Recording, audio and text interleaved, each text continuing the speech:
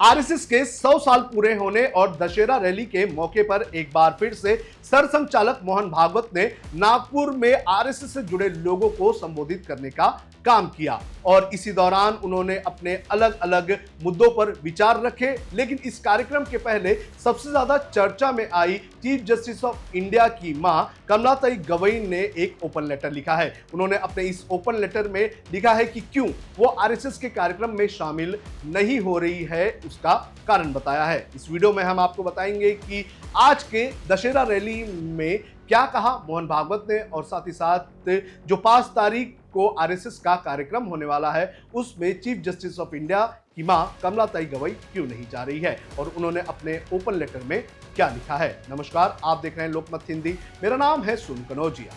कमलाताई गवई ने जो लेटर लिखा है उसके अंदर उन्होंने अपने हेल्थ का हवाला दिया है। उन्होंने कहा है कि डॉक्टरों से बातचीत करने के बाद मैंने ये फैसला लिया है कि वो आरएसएस के कार्यक्रम में शामिल नहीं होगी। इसके साथ ही उन्होंने ये भी कहा है कि जिस तरह से उनके ऊपर और उनके पति के ऊपर टिप्पणी की गई है उसको लेकर उन्हें दुख हुआ है। उन्होंने अपने ओपन लेटर में लिखा है कि मेरा पूरा जीवन डॉक्टर बाबा साहेब भीमराव अंबेडकर की विचारधारा और विपासना आंदोलन को समर्पित रहा है। मुझे एक कार्यक्रम के कारण कलंकित करने की कोशिश की जा रही है।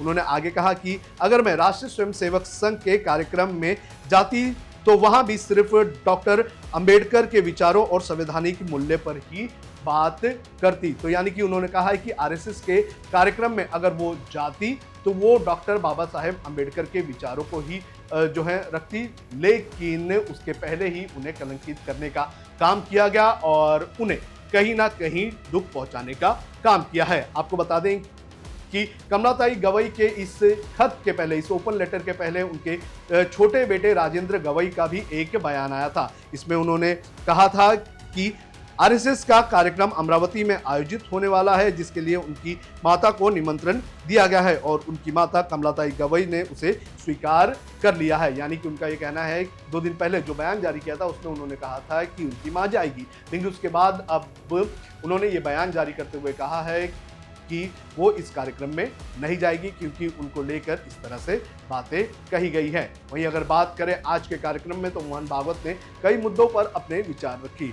जो बाहर से जो विचारधाराएं आती हैं उनको लेकर भी मोहन भागवत ने 2 टूक कहा और उन्होंने कहा कि सभी विचारधाराओं का हम स्वागत करते हैं, लेकिन किसी भी विचारधारा में कोई गलतियां होंगी तो हम उन्हें बताने का काम करेंगे। आप सुनिए क्या कहना है मोहन भागवत का।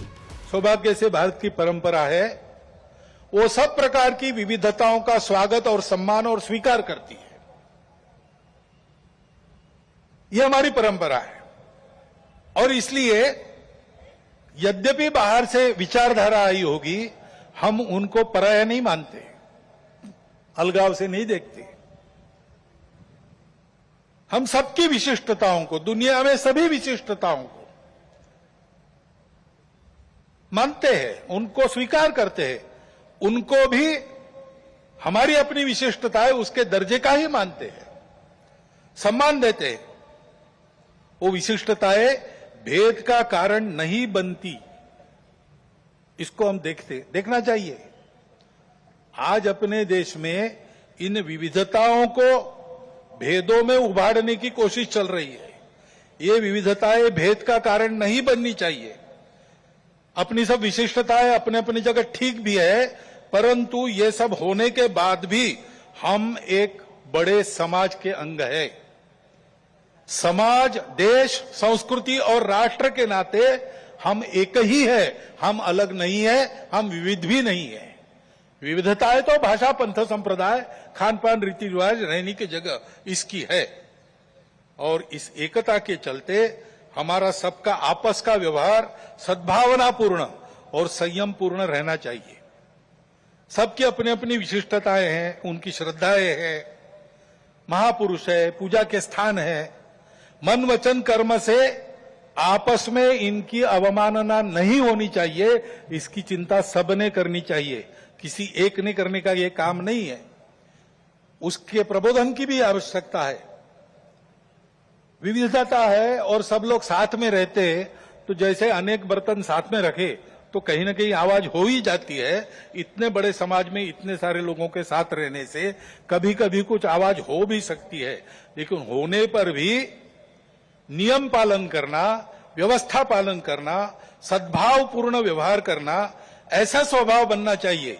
छोटी बड़ी बातों पर या केवल मन के संदेह पर कानून हाथ में लेकर रास्तों पर निकल आना, गुंडागर्दी, हिंसा करना, यह प्रवृत्ति ठीक नहीं।